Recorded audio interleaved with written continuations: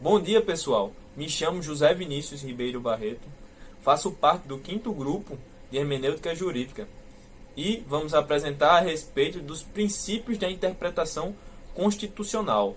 O grupo é composto por mim, José Vinícius Ribeiro Barreto, e também é composto por Ana Luísa Costa Silva, Aleph Felipe Santana de Souza, Isa Medeiros de Souza, Letícia Fernandes Lima Laurentino, Luiz Eduardo Pereira Leiros Cunha, Maria Antônia de Medeiros Dantas Costa, Ivne Ferreira de Oliveira Costa, Washington Paulo Costa Neto e, como dito, vamos apresentar os princípios da interpretação constitucional. Inicialmente é preciso falar um pouco sobre a hermenêutica, que é pilar da interpretação. A hermenêutica significa traduzir para que se entenda o incompreensível. A palavra vem do deus grego Hermes, que era mensageiro dos deuses, e é intermédio filosófico entre o objetivismo e o subjetivismo. Dessa maneira, a hermenêutica jurídica seria o ato cognitivo no qual busca-se alcançar a vontade da norma, interpretar a lei para que ela seja executada na prática da melhor maneira possível. Bem, o primeiro passo para se entender o processo de interpretação constitucional é identificar as características da linguagem constitucional, uma vez que o texto constitucional possui diversas particularidades que o distanciam dos textos normativos infraconstitucionais, e são justamente essas particularidades que fazem com que seja necessário um processo hermenêutico específico a ele. A primeira particularidade a ser destacada se encontra no caráter inicial do texto constitucional, uma vez que, enquanto as normas infraconstitucionais necessitam da Constituição para serem legitimadas e validadas, para existirem, o texto constitucional não. Ele é o seu próprio ponto de partida. E esse fato faz com que o texto constitucional se encontre no patamar mais elevado hierarquicamente dentro do nosso ordenamento jurídico, o que torna o seu processo de interpretação bem mais complexo. Além disso, a própria linguagem utilizada no texto constitucional contribui bastante para essa complexidade interpretativa, uma vez que ela possui uma menor precisão em relação ao texto infraconstitucional, a linguagem utilizada no texto infraconstitucional. Isso nos leva, inclusive, à nossa próxima característica, que é justamente esse caráter breve e conciso, certo? Frequentemente se encontram termos, palavras, conceitos muito amplos e gerais na Constituição. E esse fato faz com que seja extremamente complexo o processo de interpretação constitucional, uma vez que é muito difícil fazer isso de forma unificada, né, uma interpretação unificada do texto constitucional, visto que a amplitude abre muito espaço para ramificações e interpretações do texto, interpretações de sentido do texto.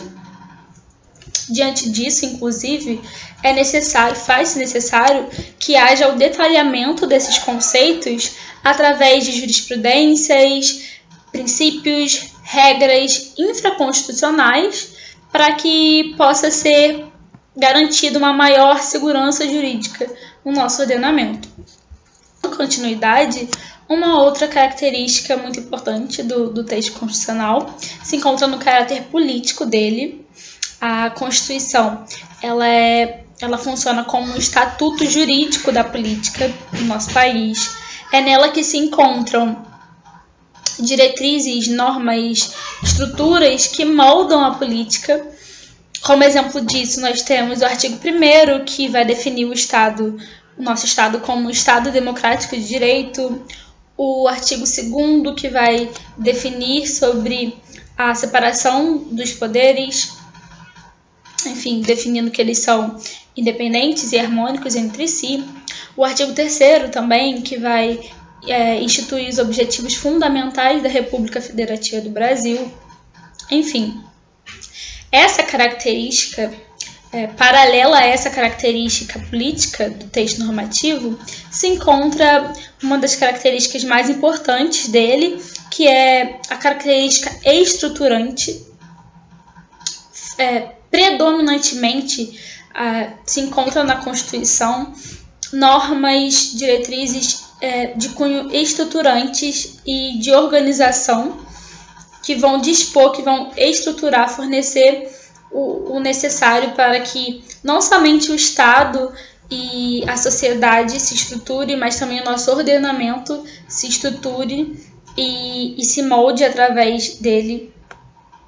Então, essas são as 4 características mais importantes do nosso texto constitucional e que são extremamente importantes para o processo de interpretação.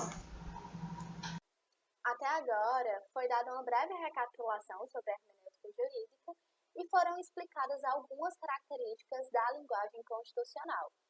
Com essas particularidades vistas, deu para entender que a interpretação do texto constitucional não pode se dar somente pelos métodos padrões hermenêuticos vistos até agora na disciplina. Então, como é que a gente faz para que haja uma interpretação correta do texto constitucional? Isso é feito por meio de princípios, que vão basear toda a interpretação de qualquer agente interpretativo ao decorrer do debruçamento perante o texto constitucional. E esses serão vistos ao decorrer da apresentação. Mas antes, é importante a gente entender o que são os princípios e da onde eles decorrem. Os princípios, assim como as regras, são normas. O direito se configura mediante as suas normas, assim como o texto constitucional, que representam um sistema normativo de regras e princípios. As regras, segundo Pedro Lenza, são relatos descritivos de conduta e, segundo Canotilho, são normas que prescrevem imperativamente uma exigência que é ou não cumprida, ou seja, impõe, permite ou proíbe, devendo ser aplicado por completo ou simplesmente não aplicado. Como todos já se debruçaram por jurisprudências, vamos analisar de uma forma um pouco mais objetiva. Então, as normas são as regras são normas aplicadas por meio da subjunção. O que seria a subjunção? É quando o caso concreto se encaixa a norma descrita com um grau de abstração reduzido, comparado aos princípios. E aí, quando há o conflito entre duas regras opostas, aplica-se a lógica do tudo ou nada. Então, uma regra vai ser validada perante a invalidação da outra, que será afastada do ordenamento jurídico. Agora falaremos um pouco sobre os princípios, que de forma representada por Pedro Lenza, são previsões de relatos, e segundo Alexis, são normas que ordenam que algo seja realizado na medida do possível e dentro das possibilidades jurídicas reais e existentes, como um mandato de otimização. Elas possuem um papel fundamental porque são utilizados como parâmetro para todo ordenamento jurídico, tidos como normas universais genéricas, que não há subjunção, como no caso das regras. É importante destacar também que os princípios são os que fundamentam todas as regras per si e toda a ordem jurídica vigente como um todo, e servem inclusive para padronizar a natureza interpretativa do direito. No caso de colisão entre princípios, não se implementa o esquema de tudo ou nada, mas sim técnicas como a da ponderação, ao do balanceamento e o sopesamento entre princípios colidentes, que analisa especificamente o caso concreto. Entendida a diferença dos dois, cabe destacar que não há grau hierárquico entre regras e princípios, apesar de hoje a gente analisar um pouco mais os princípios, porque é exatamente esses que vão dar competência para a atividade interpretativa do texto constitucional, que serão analisados a seguir. Venho falar sobre os princípios de interpretação constitucional, importantes para a resolução de hard cases, por fazer surgir uma necessidade de métodos específicos para a temática. Ao iniciar o estudo da área jurídica, podemos notar que operar o direito não consiste apenas em aplicar as leis, pois, para tal ação, é necessário que o operador interprete o caso concreto, como também a norma jurídica, e apenas a partir disso, enquadre o caso à norma adequada. Nesse cenário, compreende-se a importância da interpretação dentro do direito e, concomitantemente, a relevância da hermenêutica. Quando falamos da hermenêutica dentro do direito constitucional, tratamos de um ramo ainda mais relevante, visto também a notoriedade da Constituição em face a todo o ordenamento jurídico. Por isso, iniciaremos a nossa apresentação com o primeiro princípio considerado um dos mais importantes, de acordo com diversos doutrinadores, que é o princípio da unidade da Constituição, que compreende a ideia de uma Constituição que deve ser interpretada a partir da sua unidade normativa, levando em consideração todos os seus princípios e normas, entendendo que não há hierarquia entre eles. Nesse sentido, quando a interpretação pondera apenas um trecho específico da norma Constituição, não será totalmente válida, visto que, quando o caso for analisado frente à unidade da Constituição, poderá obter outro resultado. De acordo com Gomes Canotilho, o princípio da unidade obriga o intérprete a considerar a Constituição na sua globalidade e a procurar harmonizar os espaços de tensão existentes entre as normas constitucionais a concretizar, por exemplo, entre o princípio do Estado de Direito e o princípio democrático, e entre o princípio unitário e o princípio da autonomia regional e local. Daí que o intérprete deva sempre considerar as normas constitucionais não como normas isoladas e dispersas, mas sim como preceitos integrados num sistema interno unitário de normas e princípios.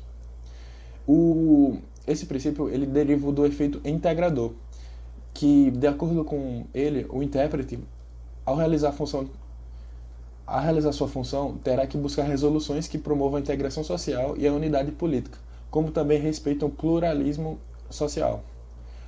Já o princípio da máxima efetividade, de acordo com Pedro Lenza, ele deve ser entendido no sentido da norma constitucional ter a mais ampla efetividade social.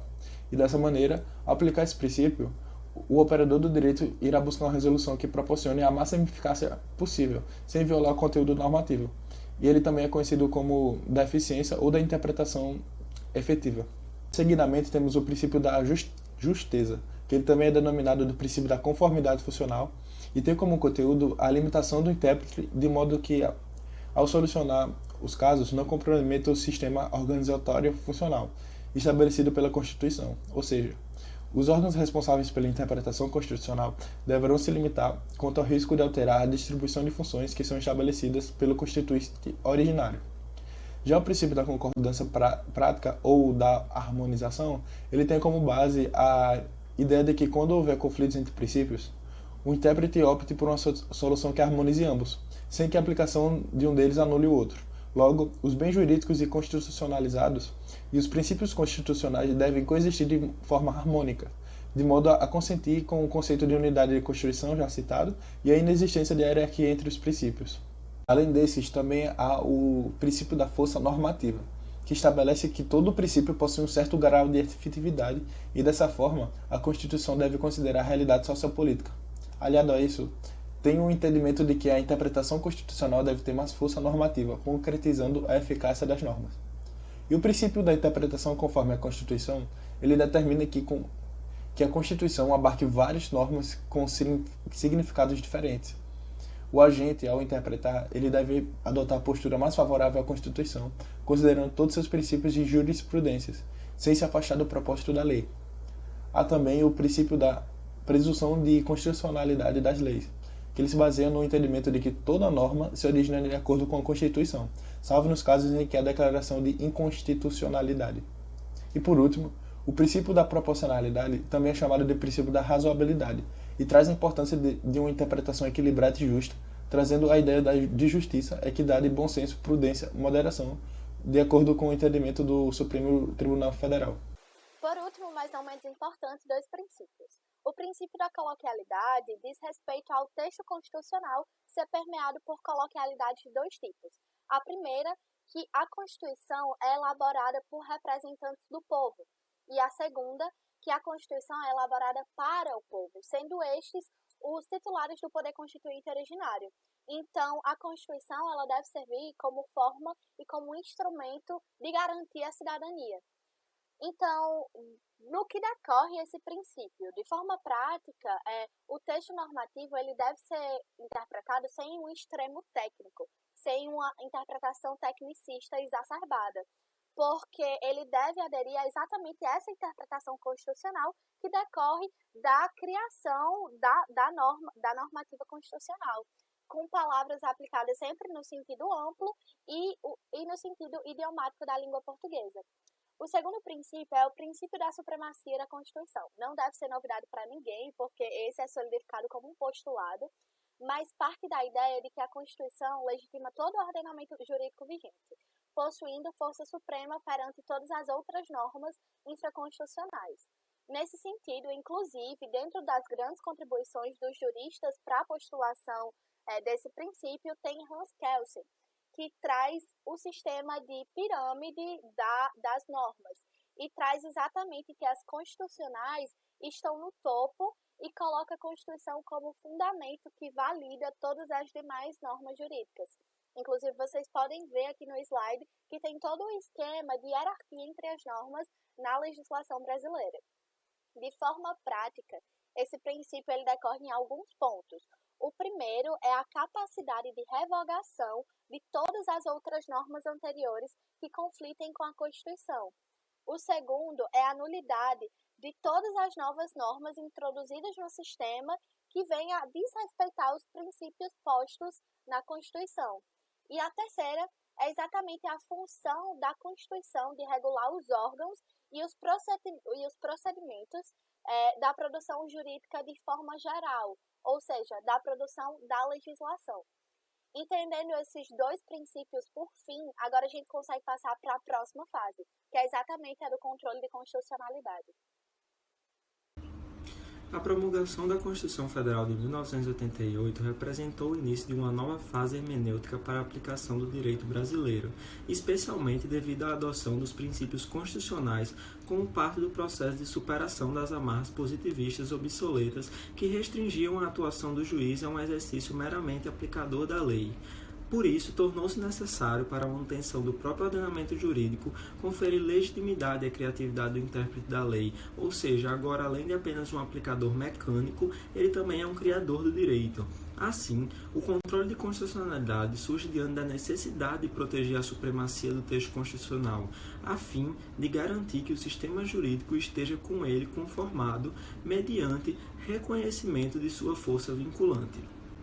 Há duas formas principais de controle de constitucionalidade: o preventivo, que ocorre antes da lei ou ato normativo entrar em vigor, e o repressivo, praticado quando a norma já está em vigor.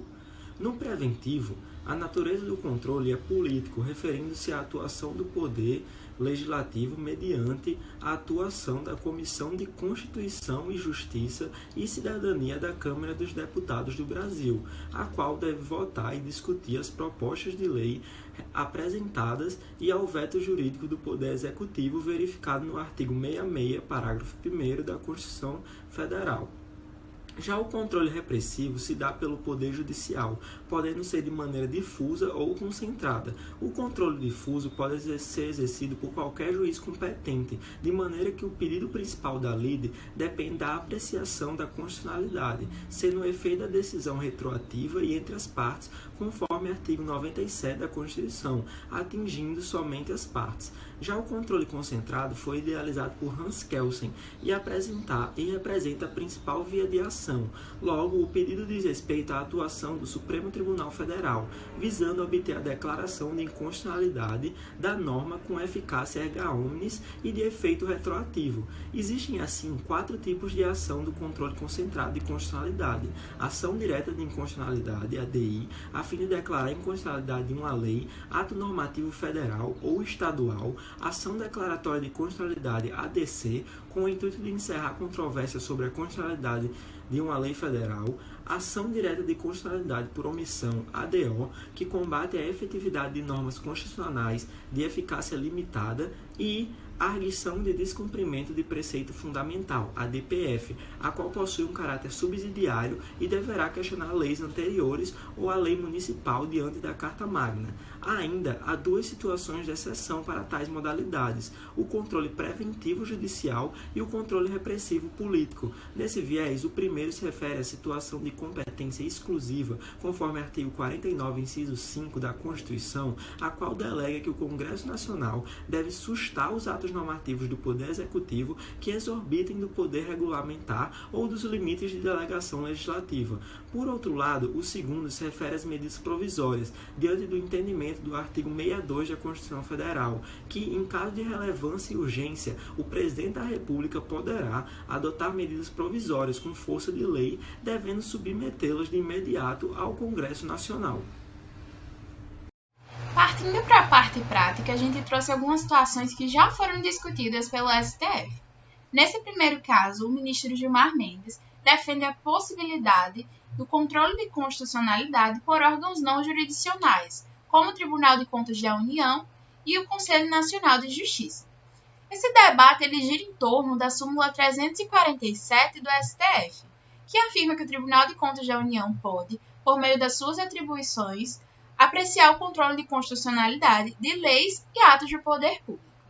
Essa súmula ela foi aprovada no ano de 1963, antes mesmo da nossa própria Constituição Federal de 88, que vigora até hoje no nosso país. Ou seja, ela foi aprovada num contexto constitucional totalmente diferente do que a gente vivencia hoje, né? E aí, nesse sentido, o ministro fala que quando há uma ampliação dos entes e órgãos legitimados a provocar o STF no controle abstrato de normas, o Constituinte acaba por restringir de uma forma radical o controle difuso de constitucionalidade.